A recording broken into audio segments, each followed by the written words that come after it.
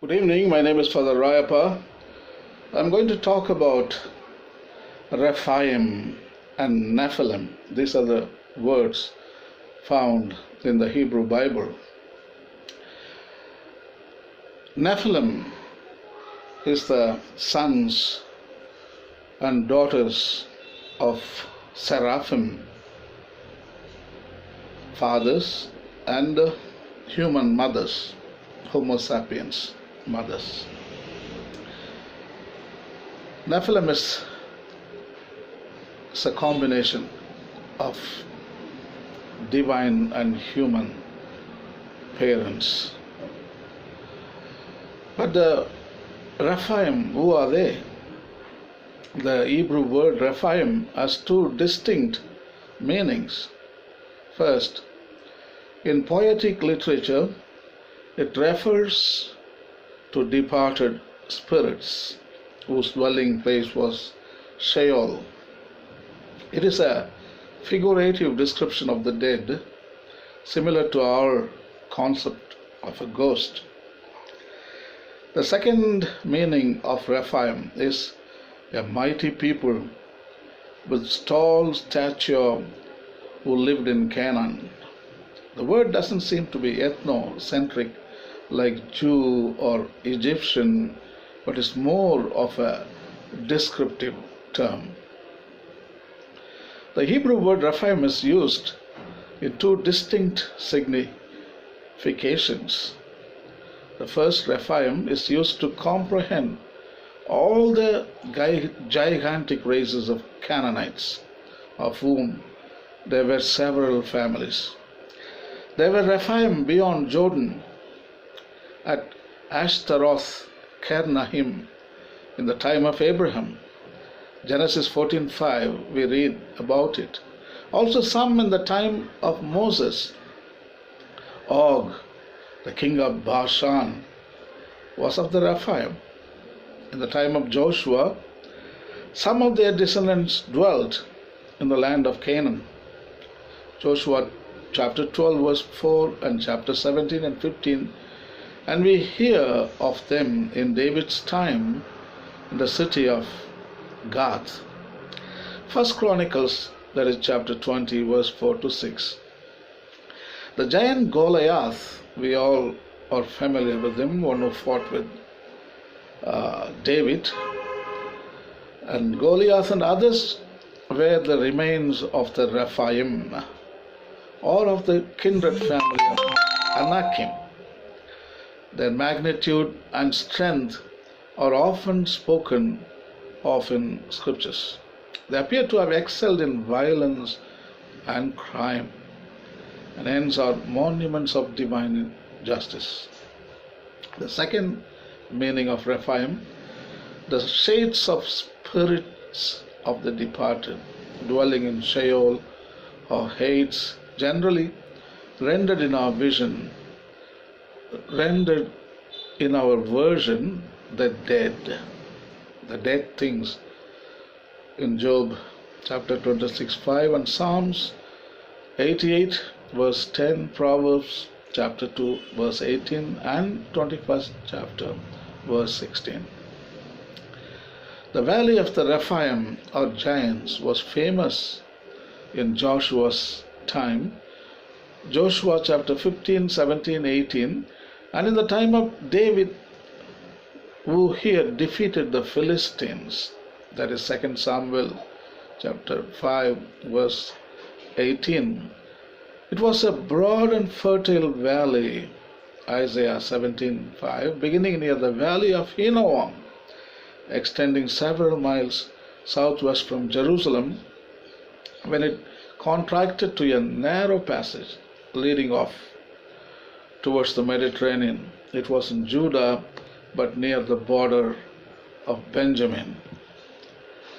Genesis 6, Ezekiel 32, and Numbers 13 are the only passages that mention the Nephilim and Rephaim by that terms.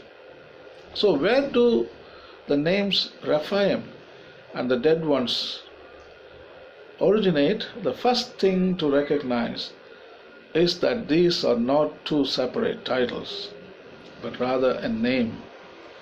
Rephaim and a meaning is dead ones. The Bible refers to two groups as the Rephaim. The first are dead people who have achieved an almost divine status similar to the concept of saints. The second is a term that is applied to races of biblical giants. It is the second usage that is often conflated with the Nephilim.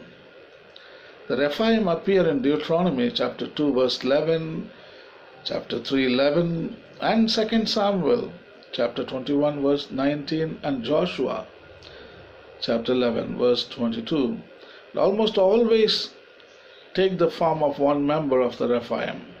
For example, Anakim, Og, Goliath. They are being in opposition with Israel or its representatives. In this sense, the Rephaim live up to their name as their purpose in each narrative is to die. The juxtaposition of the mighty biblical giants defeated by the underdog, they are humans, but God chosen, is foreshadowed in the very name attributed to these characters.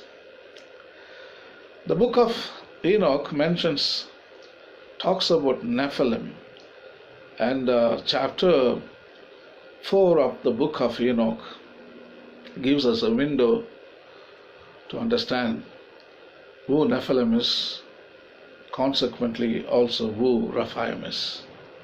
I'm going to read this chapter. It's very small but very interesting. Towards the end of the chapter, God vows to cleanse the earth by destroying it, the races of Nephilim and Rephaim, and he washes through the flood all the sins of them. A new generation, a new creation is being born, a new earth. A new earth is so beautiful.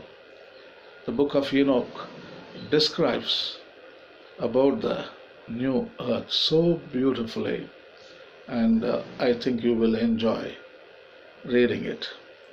So I am reading chapter 4 from the book of Enoch. Then the Archangels Michael, Raphael, Gabriel, Raguel, Uriel, Saraqael, and Remiel counseled together, and they appeared before the Eloheim to appeal in behalf of mankind. Holy ones of the heavenly realm, they cried, the prayers of your children have come up to us, pleading that we will intercede with the highest gods. You are lords of lords, gods of gods, rulers of rulers. Your power and light are eternal, and your name is sanctified, radiating light forever. You have organized everything that is on the physical plane, and you have absolute power over it. You know everything, and you see everything. Nothing can be hidden from you. You know what the seraphim and their children are doing on the mortal plane, how they are corrupting mankind, teaching them every kind of impropriety.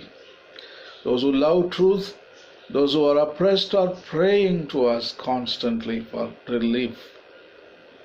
You know everything even before it happens. Your foreknowledge is infinite.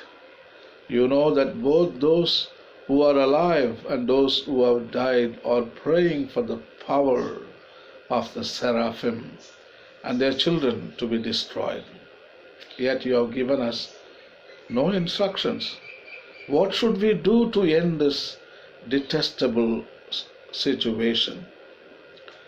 Then the highest gods, the great and holy ones, spoke to the archangels. The mortal plane will be cleansed of all these corruptions, they said. It will be washed clean, for the works of darkness will destroy themselves. But we will preserve those who are centered in propriety to repopulate the mortal plane and perpetuate the holy order of the Elohim here. The seraphim have thought they could create a race superior beings, but they cannot do it. For that which is not light is darkness, and darkness has no life in it. Only the eternal plan of light can perpetuate the race of the gods. Every other plan originates in darkness and contains the seeds of its own destruction.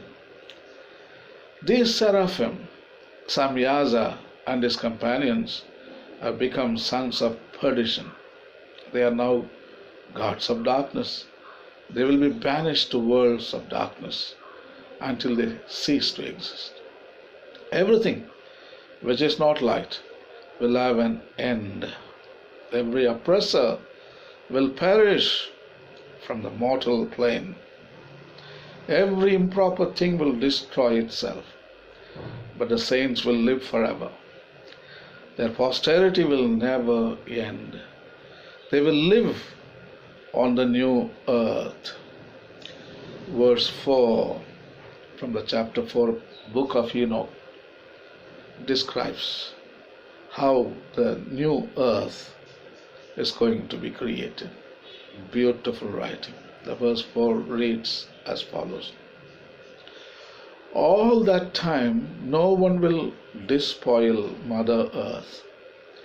She will be covered with trees and vegetation. There will be no unfruitful ground. The earth will become a perfect garden for mankind to inhabit, as it was in the beginning of the physical plane. Everyone lives on it will live in perfect harmony with the earthly mother, the heavenly Father, and all their holy angels. The earth will be purified from all oppression, all injustice, all crime, all alienation from the divine powers, and all the pollution which covers it. Then all mankind will be centered in propriety.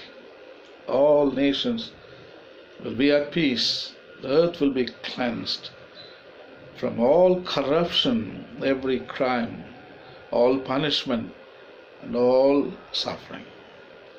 The treasures of the heavenly realm will be poured out on the earth, and all mankind will live in peace and equity forever.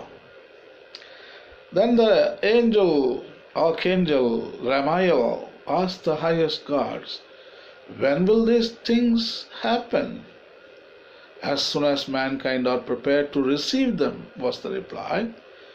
At the end of time, the gnosis of truth will flow over the earth until the heavenly plane and the physical plane become one. Then will all these things happen, declared the holy ones of truth. So this is the story of Nephilim and Rephaim. Goodbye.